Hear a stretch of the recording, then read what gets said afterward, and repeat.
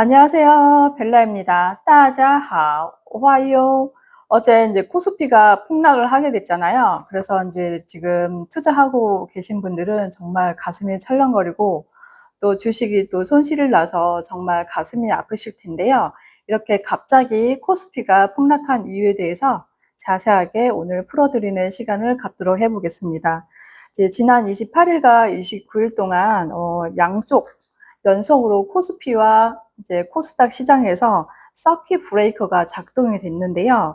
이렇게 이틀 연속 코스닥과 코스피 시장에서 거래를 멈춘 거는 우리 증시상 역사적으로 처음 있는 일이라고 하거든요. 이제 이렇게 서킷 브레이커가 양쪽으로 일어난 이유가 도대체 뭘까 정말 궁금하시죠? 그리고 지금 투자하고 있는 분들은 정말 가슴이 쓰릴 텐데요. 그 이유를 한번 짚어보도록 하겠습니다. 이제 가장 큰 이유 첫 번째는요. 반도체 이제 대장주의 반전이 있는 건데요. 또 하필이면 어제가 이제 SK 하이닉스가 실적을 발표하는 날이었는데 역대 사상상 최대 실적을 발표를 했음에도 불구하고 9% 정도가 하락을 했거든요. 그래서 되게 의아해 하시죠. 대부분 아니 실적이 이렇게 좋은데 코스피가 9%나 떨어질 수가 있는가? 지수가 아니 SK 하이닉스가 이렇게 9% 정도 10% 가까이 떨어질 수 있는가라고 의문을 가지실 텐데요. 이제 주가는 항상 실적을 미리 선반영을 하기 때문에 그런 거고요. 이렇게 실적이 좋다. 사상 최대 실적을 내렸다 하면 사실 이제 의문이 들잖아요. 그러면 뭐 하반기 실적은 어떻게 될까? 내년 실적은 어떻게 될까? 이제 고점이 아닐까라고 생각을 할 수 있는데요. 아무래도 이런 기대감이 조금 반영되지 않았을까? 앞으로 더 많이 오르지 않을까라는 우려가 이제 섞였을 거고요.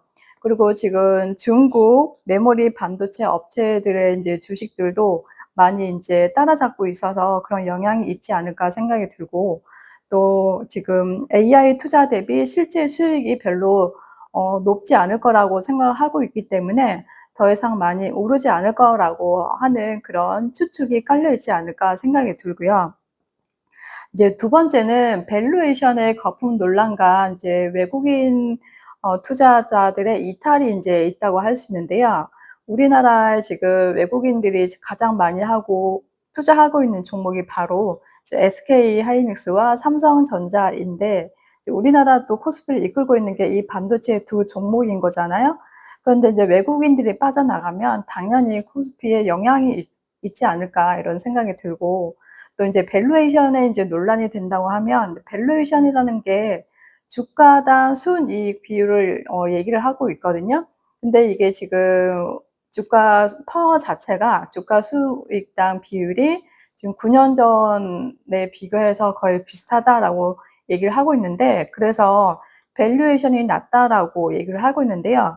단순히 이제 주식 투자를 할 때 밸류에이션이 낮다 그러면 주가 대비 가치, 지금 실적 대비 주가가 싸다라고 평가를 하고 있는 거거든요. 그러면 어떻게 보면 앞으로 올라가지 않을까라고 할 수 있는데, 이제 주식 투자를 할 때 이제 밸류에이션만 보는 게 아니기 때문에 이거 하나만 보고 투자를 해서는 안 된다. 그리고 주가가 지금 비정상적으로도 지금 우리나라 코스피 지수가 지금 몇 달 만에 지금 9,000포인트까지 올랐다가 40% 정도 빠진 상태이잖아요. 그렇기 때문에 탄탄한 지수가 아니기 때문에 어쨌든 거품이 있는 게 확실하다라고 판단이 되기 때문에 밸류에이션도 아직 확실하지 않다. 그래서 그 이익률이 주가당 수익 비율이 지금 현저히 낮기 때문에 이익이 많이 떨어지지 않을까. 그리고 주가가 계속 이렇게 상승하기는 어렵다라고 판단을 하지 않을까. 그래서 이제 떨어지지 않았을까 생각이 들고요.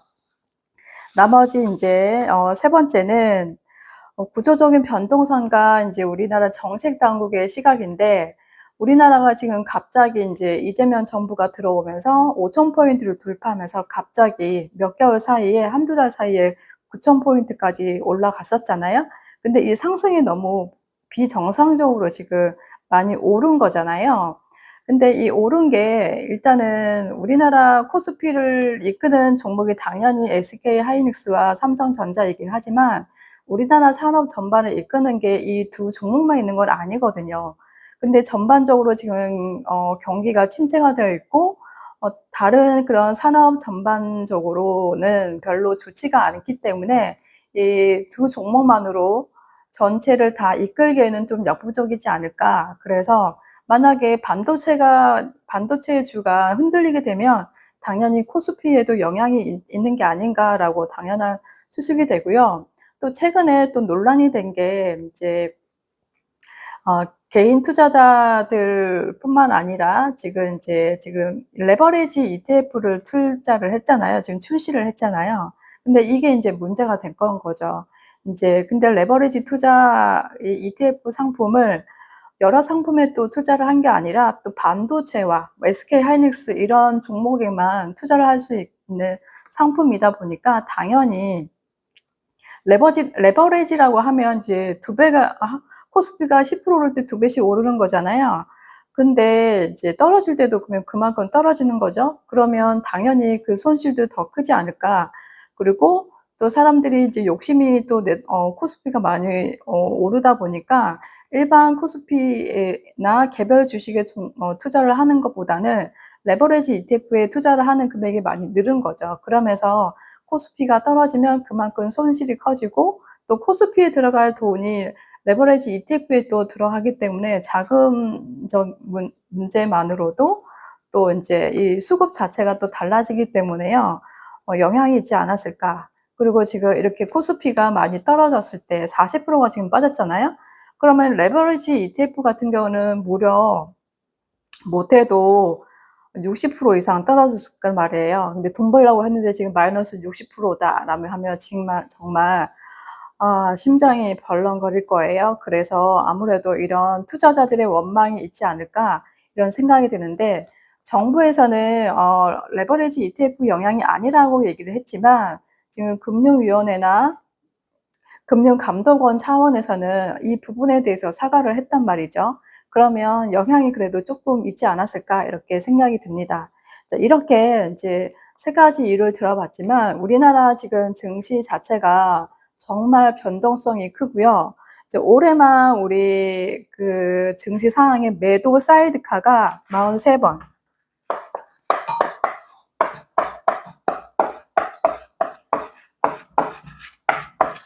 서킷 브레이커가 9번이 지금 발동이 됐거든요.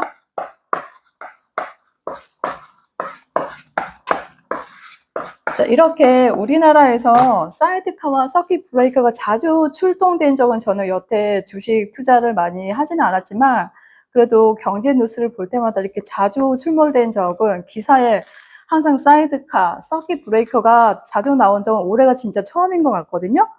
근데 이렇게 발동이 된 거는 그만큼 변동성이 크고 또 개인 투자자나 국민 투자자들은 조금 조심할 필요가 있다라고 저는 말씀드리고 싶습니다. 근데 여기에서 사이드카와 이제 서킷 브레이커가 되게 궁금하시잖아요. 사이드카는 이제 매도를 한 5분 정도 멈추는 거고요. 그리고 서킷 브레이커는 사이드카보다는 조금 더 강력한 조치예요.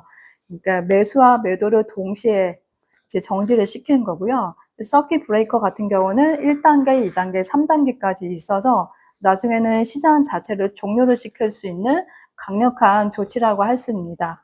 근데 어제는 이틀 연속 사이드카와 서킷 브레이커 동시에 발동이 됐기 때문에 이거는 조금 심각하지 않을까 이렇게 생각이 드는데요. 지금 주식시장이 정말 요동을 치고 있잖아요.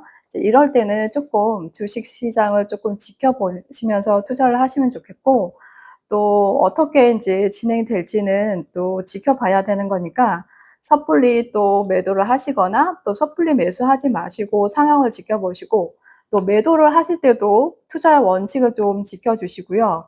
매수를 하실 때도 투자 원칙에 따라서 투자를 하셔서 또 우리 소중한 돈을 좀 잃지 않게끔 관리하는 게 좋지 않을까 생각이 듭니다. 저도 이제 투자를 조금 하고 있지만 이렇게 변동이 심할 때는 조금 안 쳐다보고 있거든요. 그럴 때는 조금 지켜봐 주시고 또 상황이 또 진전이 되면 또 다시 투자를 해보시는 것도 좋지 않을까 생각이 듭니다. 자, 오늘 이렇게 이제 서킷 브레이커가 발동되는 그리고 코스피가 폭락한 이유에 대해서 알려드렸는데요.